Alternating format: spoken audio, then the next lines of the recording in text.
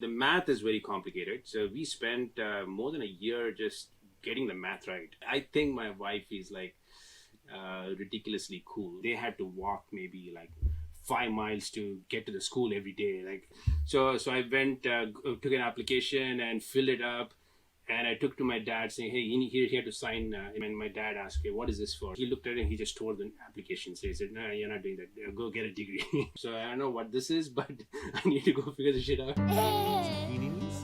Give me the paper. Nice. I love you, Texas. Hey guys, I'm Young, a full-time dad and a full-time professional with the goal to become the best parent possible. The Girl Dad Show is my journey interviewing fellow working parents aspiring to be both good at work and parenting.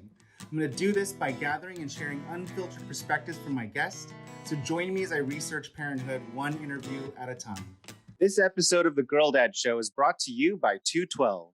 Among the many things that I do, I'm also an angel investor. The two biggest mistakes I see founders make when they come to me for investments are one, they don't have a clean cap table, and two, they are unable to clearly articulate how my equity will dilute over future rounds, and more importantly, what my ROI will be when the company exits. It's very difficult for me to make my investment decisions without these data points. 212 solves this problem for both me and the founders. For $240 a year, 212 offers an incredibly powerful cap table management and valuation modeling platform. It is by far one of the most powerful productivity tools I've seen, and I highly recommend every founder sign up. Modeling convertible notes, safes, price rounds, pro rata, liquidation preferences, and exit events is a breeze on 212. Founders can then easily share all these complex calculations and what-if scenarios with investors and close their round much quicker. They're also giving my listeners 25% off their first year's membership costs if you use the discount code TGDS at checkout. If you're a founder or investor, you should absolutely get on 212 as soon as possible. It's an absolute no-brainer. Dilution is real and complex. Cap table management is confusing and expensive. You need to get on 212 today. What's the point of building a successful company you don't own? Rajesh, thank you so much for joining me on my podcast today. Awesome, man. Like, pleasure to speak with you, Young. It's so fun to be able to talk to you about parenting in addition to all the stuff that we talk about with 212. Yeah. I remember like when you and I, one of our first meetings, I kind of started getting into parenting, and you said, hold on, I don't want to hear anything right now. Let's wait for the podcast before you tell me more. So, yeah. I told you to save it, huh? I was like, save it for the podcast, Don't tell me anything. Yeah. Well, let's get the listeners caught up to our relationship. So why don't you tell everyone what you do for a living? So I'm in the startup ecosystem for the past 16 years plus. So living is a very strong word. So it's more of what I do for surviving. So currently I'm a co-founder of a startup called 212. And the idea for 212 really came about because of a lot of the problems that I saw with founders giving up too much equity away too soon, and in the process they either lose control of the company or they get acquired, and the investors kind of pick up majority of the lion's share when the company exits. And I've been at 3 other startups before, and I've seen this happen over and over, and I've been talking to a lot of other startup founders, and I see it's a very common pattern. The problem that I see is that founders are super focused on the problem they're trying to solve, the market they're going after, the customers they want to service, the building the actual product and so on. But in the process, they kind of lose sight of equity, which is the most important piece for which what they're working for. Because as an investor, the investors really care about the equity component, but the founders put that in the back burner and not focus on that piece as much. So what I'm trying to do here at 212 is allow founders to also think about their equity front and center. And the reason they're not doing that as well today is because there are no tools and data available at a startup-friendly price. There are tools out there, but it's much more pricier. So they have to cough up, say, $5,000 to get some of these tools. So at 212, what we've done is we make all these data and tools available at, say, $20 a month, right? So that's our starting price for the cap table. So it just makes it easy for them to understand how the ownership in the company will dilute over a period of time. So that's a core piece of 212 as a startup. But besides that, I'm also running the managing director for a pre-seed accelerator called Founders Boost, where we help so many other founders come in and help them be laser focused on their next milestone traction. And in the process, I get to speak with so many founders and understand their problems. And I also teach so many sessions about equity, cap table. So it's like a mix of different things in the startup ecosystem. That's pretty much what I do of late for the past 3 years, maybe. Yeah, that's awesome, man. And I think that it's like you really dig into it. It's so funny because people don't realize how irrefutable it is once you get into a term sheet, right? And so how damaging that can be for the founder as they start to get into like the fourth or fifth round of funding and not being able to calculate the dilution that you're going through and exiting these companies or even like getting acquired or going public is like such a rarity, and then just to find out that you've been diluted so much because calculating post safes and convertible notes and warrants and discounts, I mean, it just is so hard to calculate that. That's and great. really understand and forecast it. So I think it's really incredible. I mean, the moment I heard about the product, I was like, yeah, this is exactly what's needed right now, because I think so many founders don't even realize why it's so important. It's like you're going to work your brains out, to build your passion or build your company, and not even realize what the exit plan looks like for you, right? And you kind of don't actually really hear about it either. I mean, not too many people talk about like their exits and then the reality of how little they actually got out of the exit, and typically, and it's just one of those things that's really, really fascinating. Why do you think that is? So I think it is because of lack of education, in my opinion. So if you think about, okay, how many founders took their company through IPO, where the founder still held majority control or of the common shares at least, there are not too many, right? So you can actually count in two hands how many of those companies you can probably recall. Typically what happens is founders come in, they try to solve a problem and they raise 1 or 2 rounds of capital and they get kicked out because there's no lack of traction, and then all of a sudden the ownership dilutes. So for personally, I can give you some examples that I'm very intimately familiar with. So there was this founder that raised $15 million at a $60 million valuation pre-revenue, and they didn't hit the traction that they thought they'll hit. So all of a sudden there was a down round, and the founder CEO got kicked out. They brought in some professional founders. They were also pretty bad.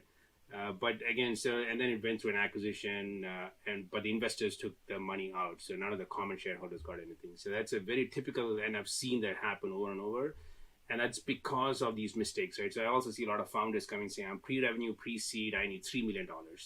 So I'm like, okay, what do you need $3 million? What can you do with $200,000? So they don't understand this piece. And then, and I see that when I put this in front of some of my customers, and I don't give them the answer, but I tell them, hey, this is a tool, start modeling your cap table, how things evolve. And so there's an example customer of mine. He's raised capital on safes and convertible notes, and then he's looking to raise another big chunk on another safe.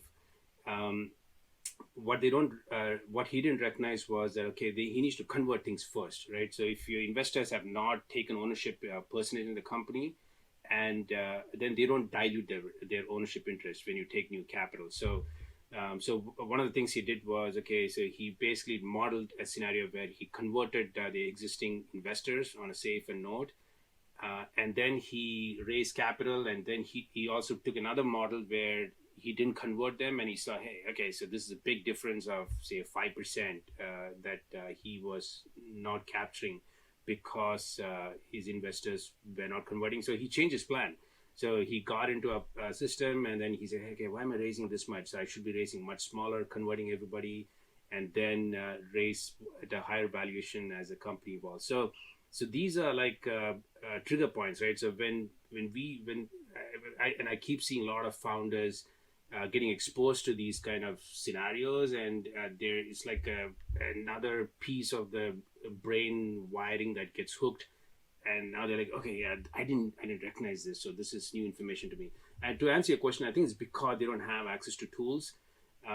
Today, for example, most of them try to model this out on a spreadsheet, and you can do a lot of things. So spreadsheet is limited in the sense that if you have a pre-money save, post-money save, a convertible note, uh, and convertible note in different terms, now all of a sudden you're not sure about the math, Yeah, and the you math don't gets very visually confusing. see how Yeah. things evolve, right? So Well, it's also really interesting too about like the raise and go milestone tactic that you use at 212, but also that you really educate a lot of founders on, and it's really really smart. And and I'll be very transparent here. I actually never thought about it that way either.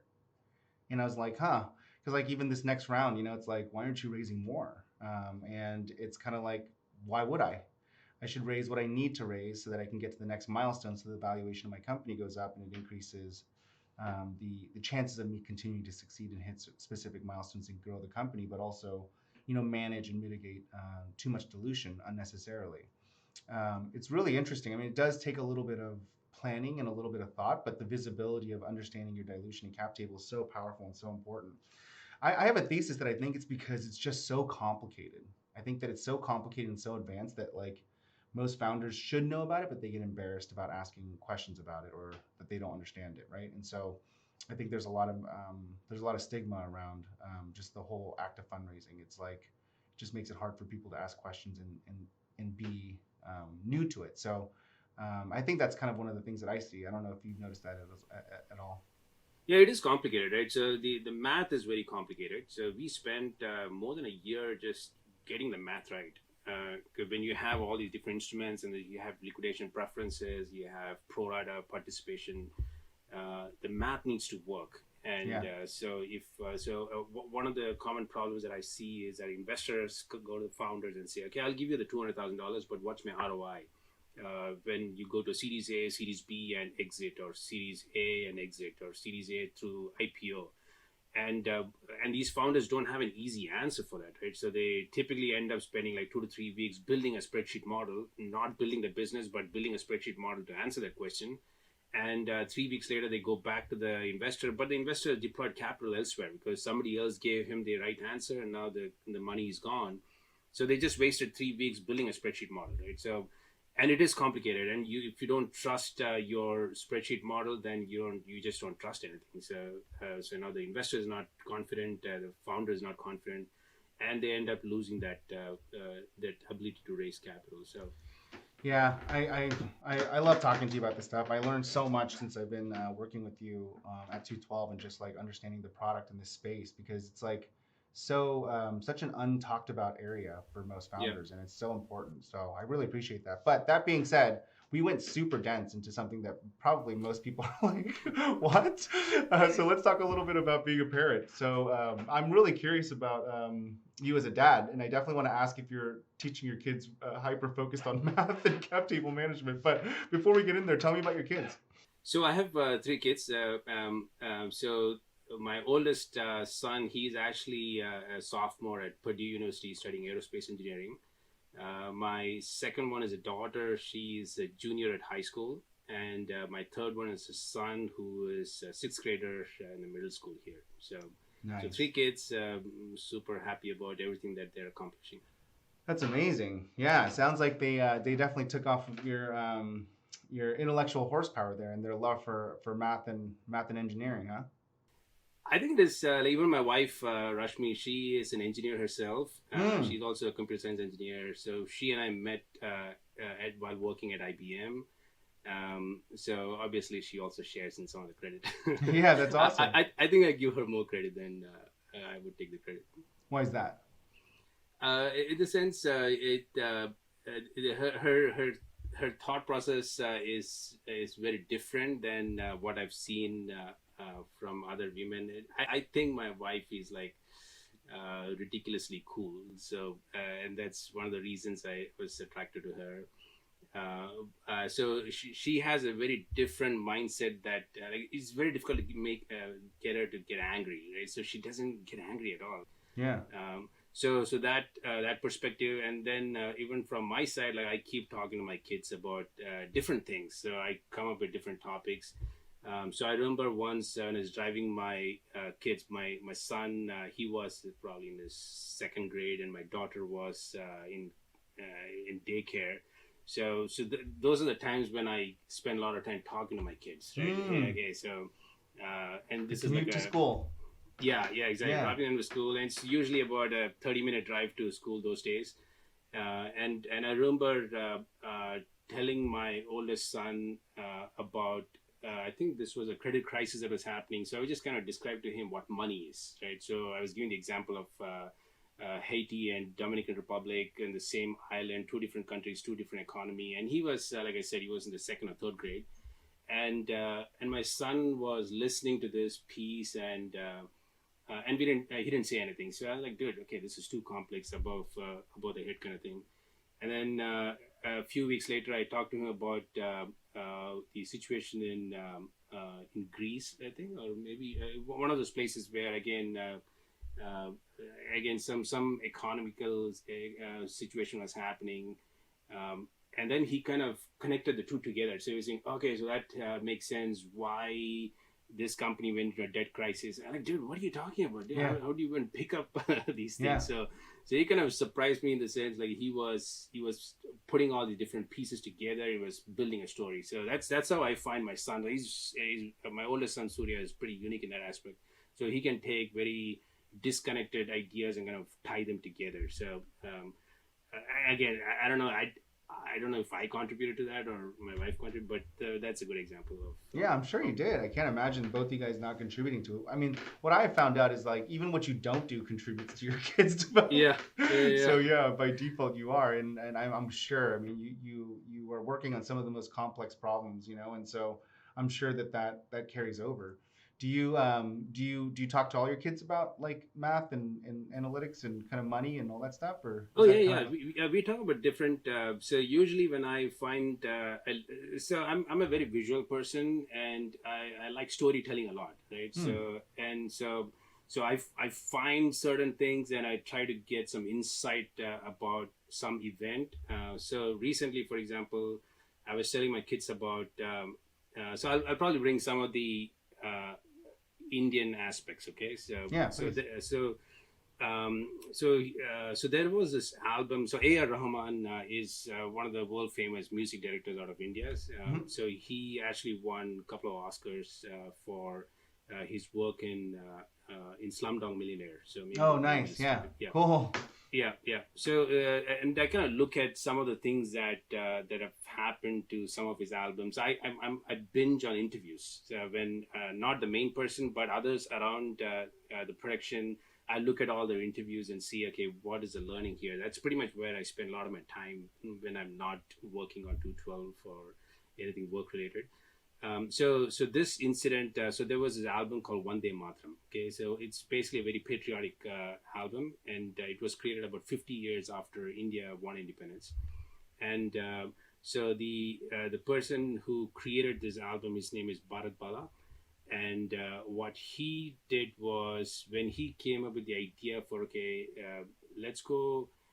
Try to recreate the passion for Indian patriotism. So that was the idea behind it. He was actually creating jingles for, basically he was producing different ads for different companies like saris or scooters or whatever. And then his dad basically asking, hey, why don't you kind of market India to the Indian citizens? So that was like a much bigger idea at that point. So what Bharat Bala did was he went to this artist named Thota Tharani and told him, hey, this is what I want to get out of this. So why don't you paint me something? I want the album cover to be painted, right? So, and this guy, this artist went and painted on a giant canvas, like red, orange, green, white, yellow. So he kind of put like, it kind of represents the Indian flag that's kind of flaming.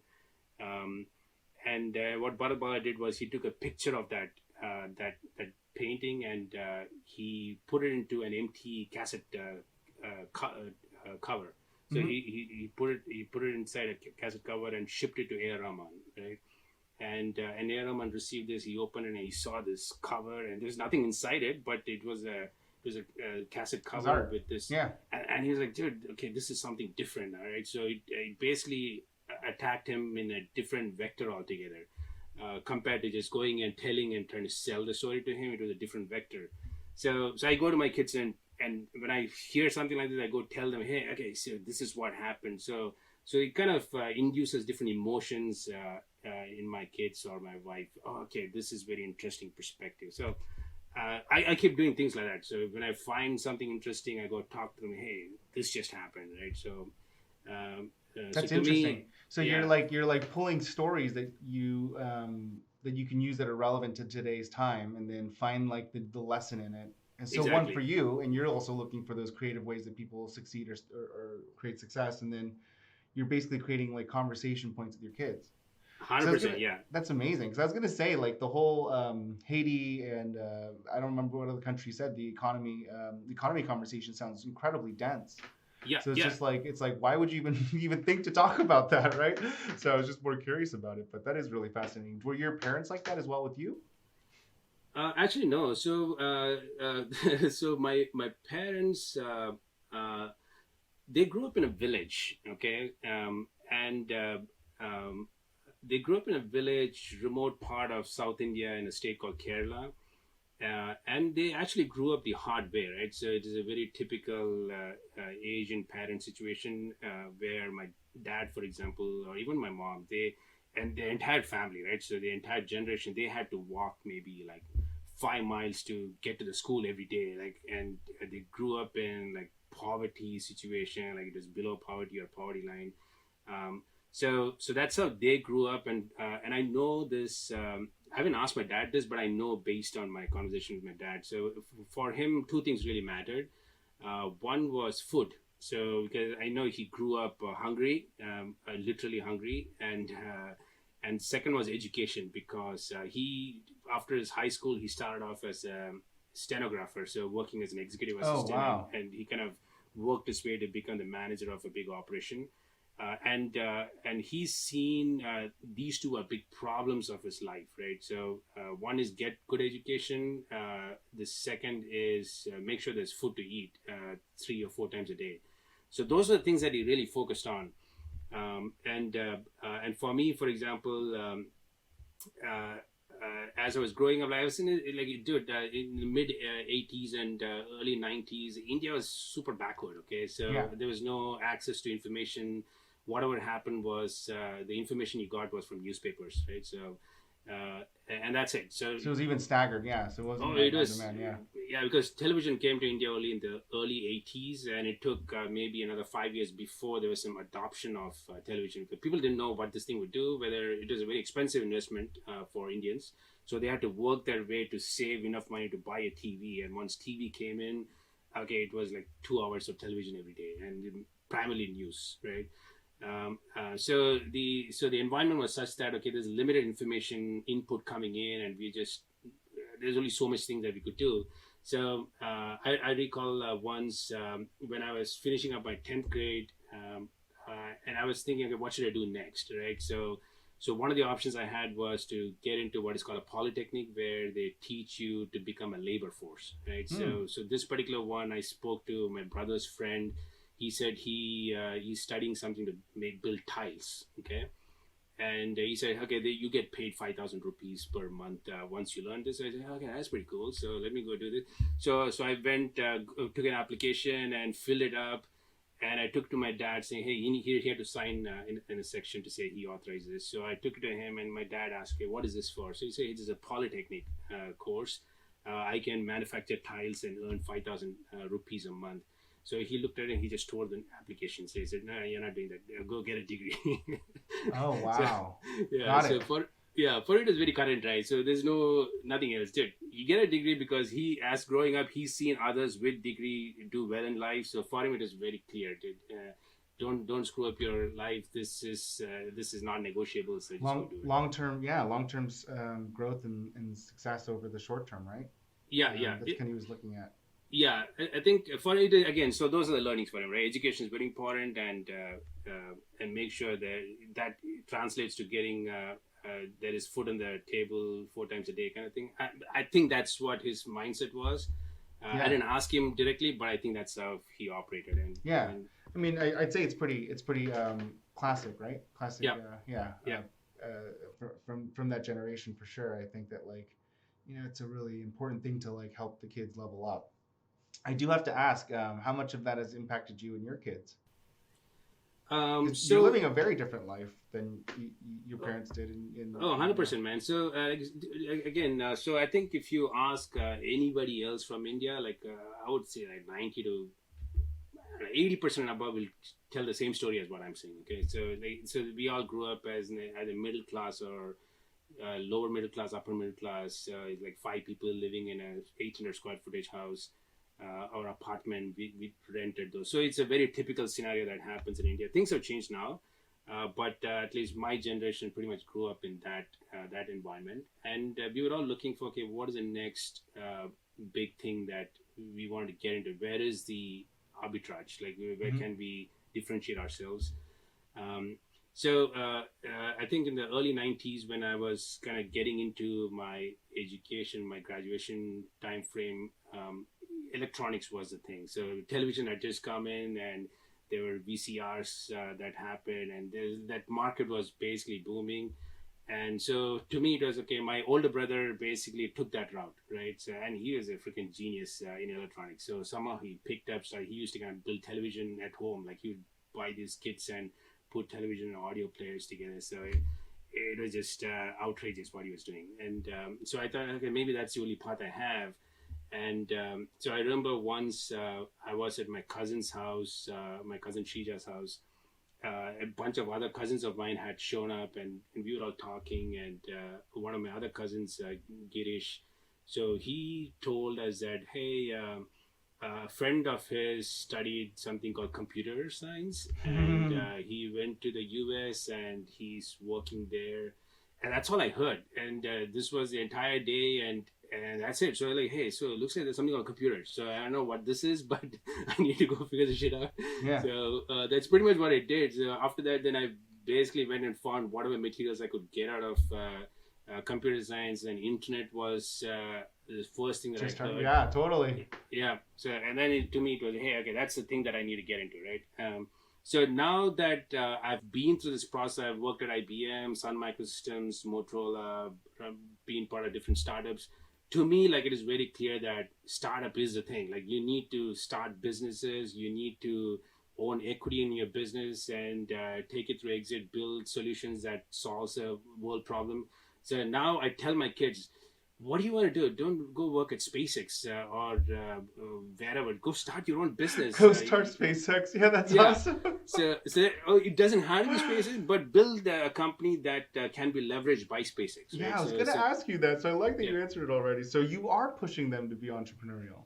100%. So I tell them there's no point going and working for somebody else. You get frustrated, especially when you have a management that doesn't see the vision that you see. So I tell them, okay, you can go do what you want. It's okay. Like, I don't stop you from going and working at SpaceX or Virgin Atlantic or wherever.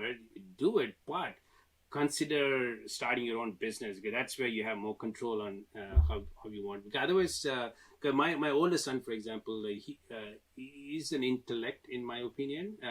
So a lot of when he sees people not performing, he says, man, that guy, that girl, it's too much work. So what I tell him, hey, dude, okay, this is really what you're going to happen. You go join any company, you'll be surrounded by a few people who are not up to that par. So it can frustrate you. But instead, go start your own business so you can control and manage it.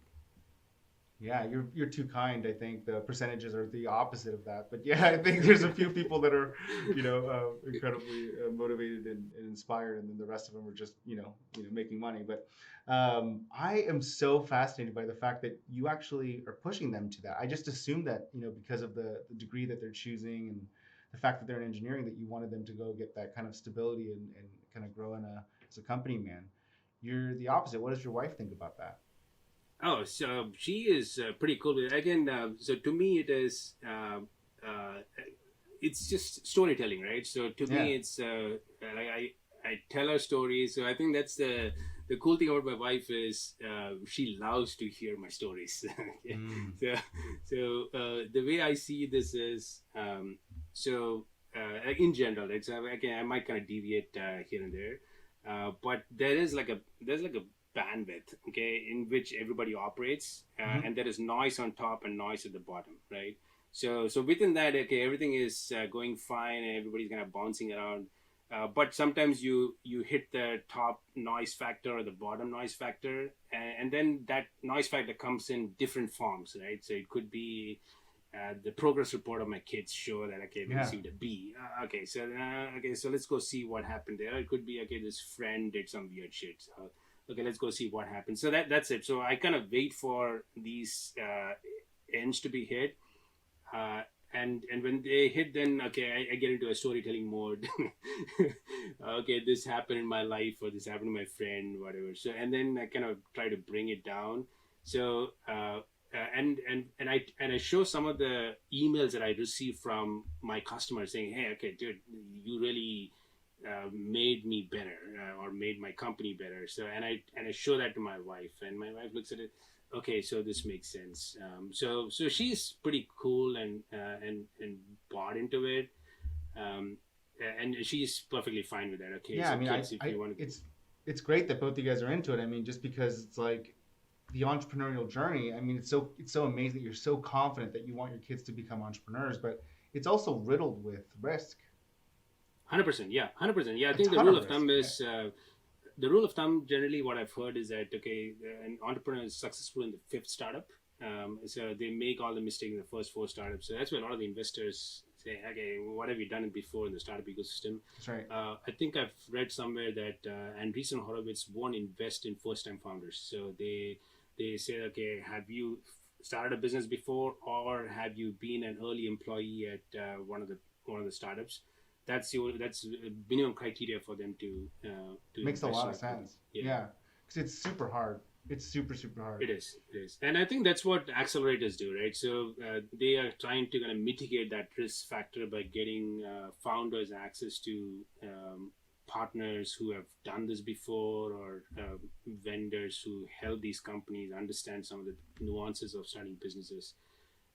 So yeah, to me that piece is important. You can kind of de-risk quite a bit, but still there are founders out there who need some more coaching because a lot of the pieces are not fallen in place.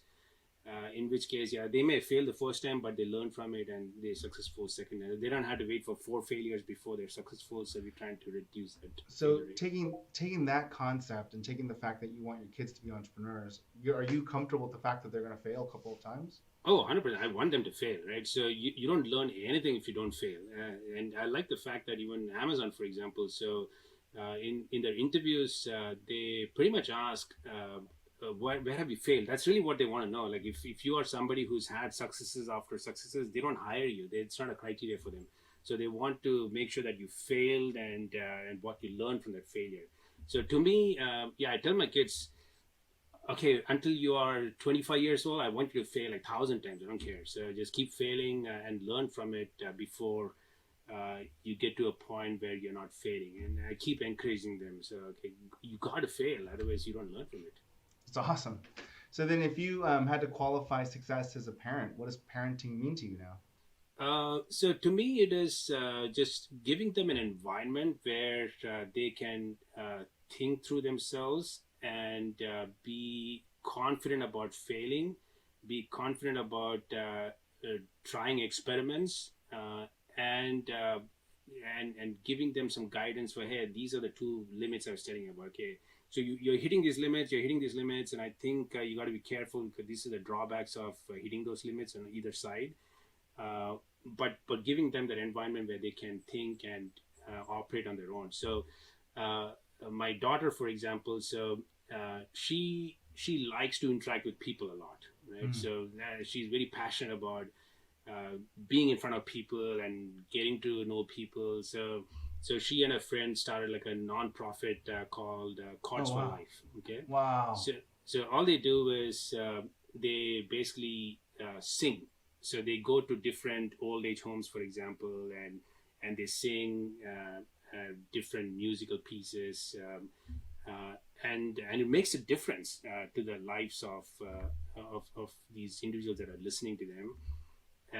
And that's pretty much what she's kind of passionate about, that piece, right? So, and then she wants to get into the medical field so she can help more and more people. But what I tell her is the way I look at the way I look at a person's 100% time is I kind of break it up into three pieces. One is the me time, right? So like okay, where I want to spend my time, it could be watching a rerun of Office or playing some video games or whatever.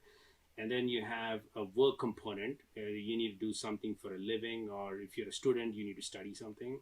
And then you have a family component. So it's basically three things: so me time, work, study, and family. And that's your 24 hours and 100%. And it's how much percentage you allocate to each piece. So so what I tell my kids is, okay, if you are passionate about the work that you want to do, then your me time and work becomes a much bigger portion of your life. So you can kind of focus on that. So my the other day, just last week, I was telling my daughter that okay, if her goal is to spend more time with people and get to in front of people, being a doctor need not be the way to get it, right? So there are many ways. So you can be a marketer and do the exact same thing, and you may be able to do it at scale. You may be able to hit, say, 1 million potential people than talking to, say, 20 patients in a day, right? So what I've been telling her, okay, make sure you're kind of passionate about the work that you do, so that it kind of eat into your me time. So you're giving more to the work that you're doing. Yeah, it's like allocating into buckets, right? Like, and thinking about it more of like in a macro. That's great, man. I love it. Yeah. I do want to be cognizant of the time, so let me jump into some of the rapid fire questions I have for every guest. Okay. Sure. If you could give any advice to other parents and soon-to-be parents, what advice would you give? I think the most important thing is to have a very open channel. So you should set an environment so that they feel comfortable coming to you as a parent and talking about their problems. It could be like a small problem, like okay, this guy kicked me yesterday or threw a rock at me. To okay, so this is a problem that I'm trying to solve, and I don't know how to approach this problem. So it could be any of those, but the important thing is that okay, you should allow anyone to walk in, any of your kids to walk in and talk to you. So for example, I see that like some of your videos, your kids just walk in and you just pick them up. Yeah. That is the right thing to do, right? So they should feel confident that hey, it's okay, like I can go and knock on his door anytime. So that's the most important piece in my opinion. Wow, that's awesome. I like that you're so confident about that. Yeah. Makes me feel good. If you can go back and tell yourself one thing before having kids, what would you tell yourself? I think spend more time with your wife or spouse, right? So to me, so let me kind of break it down from a mathematical standpoint, right? So what I tell my my kids, my oldest son, right? So when we had just our first child, he got 100% of our attention, right? And then when my daughter was born, like his 100% became 50% from a mathematical standpoint. And then I had my third son, he went down to 33%. So he lost like big time, like 69% or whatever. This big chunk he lost. But whereas my daughter came in, she was already at 50-50, and then she lost like a smaller chunk. And when my third son was born, his world of truth is 33%. So he's not feeling one way or the other. But the person who lost the most was my wife, right? So she was at 100% and she went down to 25%. So we don't talk about it. But so to me, she and I, we spent maybe 2 years before we got married. But in hindsight, okay, hey, maybe we should have taken more time before having a family. But our situation was very different, so it didn't matter. But I think for others who are planning to have family and children, spend more time with each other, get to know each other. Wow, that's awesome. Yeah, I love it. So what's the most surprising thing that you've learned about yourself after becoming a parent? To me, it's not easy, right? Becoming a parent, and especially if you're a first-time parent, it's not easy. Like, so there's a lot of curveballs there. And for me specifically, the problem was that I didn't have a lot of support system. Okay, so we had just moved in from India, like we just setting up shop in the US. We didn't have too many friends, or friends that we had didn't have kids. So we were probably the first couple amongst my friend group that had a child. But in India, it's a different story because you have family support that can be tapped into. So to us, to me and my wife, that was the biggest challenge. It was not easy, like having a kid, being by ourselves. So to me, that was a surprising part. Okay, I thought it would be easy, but it was not easy. Like there was a process, and I was really young when I had my oldest son, and even that mental maturity in me was not there. So I had to kind of quickly ramp up. It took me a while, and I know that my wife was super matured, but and she would kind of point out, hey, you're kind of missing on these 50 things that you should be doing. And it took me a while before I kind of totally appreciated it. I think to me that is my experience. It's awesome. And then let me switch gears a little bit. What's your all-time favorite business book? Now that I know you love stories, this is going to be a good one. Yeah. For me, I think Phil Knight's book Shoe Dog is my all-time favorite. Okay, wow. So he talks about how he started Nike and how he failed. Like he kept failing. Like there's like obstacles after obstacles, and the company should not have existed today. And there's all the perseverance that he had to endure to make that company what it is today. So it's just an amazing, fascinating book about that journey of Nike. To me, that is the all-time favorite. Wow. So far, yeah. Yeah, I can see why. That's awesome. You definitely live that kind of lifestyle where you're like, hey, go get it, and keep trying. So that's fantastic. I have one last question, Rajesh. What do you do when you're having fun? What do you do for yourself? What's your hobby? What's does Rajesh time look like? So for me, like I try to pick up, say, 2 hobbies every 6 months. Okay, so so previously it was astrophotography was something that I kind of pick up, and then I spend 6 months just understanding that piece, and spend a lot of time understanding the theory behind it, taking a lot of pictures and building these things. So something that is not normal, I try to do something that's difficult. Yeah. And I spend 6 months trying to master that piece, and I pick 2 different hobbies every 6 months, and then I kind of keep up with it even after 6 months. But now I'm trying to learn flute, like an Indian bamboo flute. Wow. So I'm trying to pick that up. But again, I have a dog here, and he doesn't like it. It's basically so that's one piece. And I had skateboarding as my second one, but I got busy with another program. Setting up a fund instance, so that kind of took up my time. But yeah, so skateboard is going to be in the next to the list for me. Nice. Hey, well, definitely let me know when you start picking up the skateboard. I'm happy to ride with you. I definitely can even show you around a little bit. Yeah. Yeah. So I picked up rollerblades at one point. So I can nice. rollerblade, but now skateboard is a different beast altogether. So it is, yeah. I love rollerblading too. So let me know if you want to rollerblade as well. Yeah, we should. Yeah. I love anything with wheels. Anything with wheels I love. Yeah. That was awesome, Rajesh. Thank you so much for taking the time to talk to me about sure, man. 212, your philosophies on life and business, and it's so fun to know that you have like an adult kid, like an adult child. Like I never even realized that. It's just so great to hear all the experience that you've had just growing up with it. So I really appreciate you taking the time. Yeah, sure thing, man. Pleasure. Yeah, thank you, brother. Talk to you soon. Okay, later, bye. Thanks for tuning in to another episode of The Girl Dad Show. We really hope you enjoyed that interview, and as always, please take a moment to review, rate, and subscribe. We'll see you next time.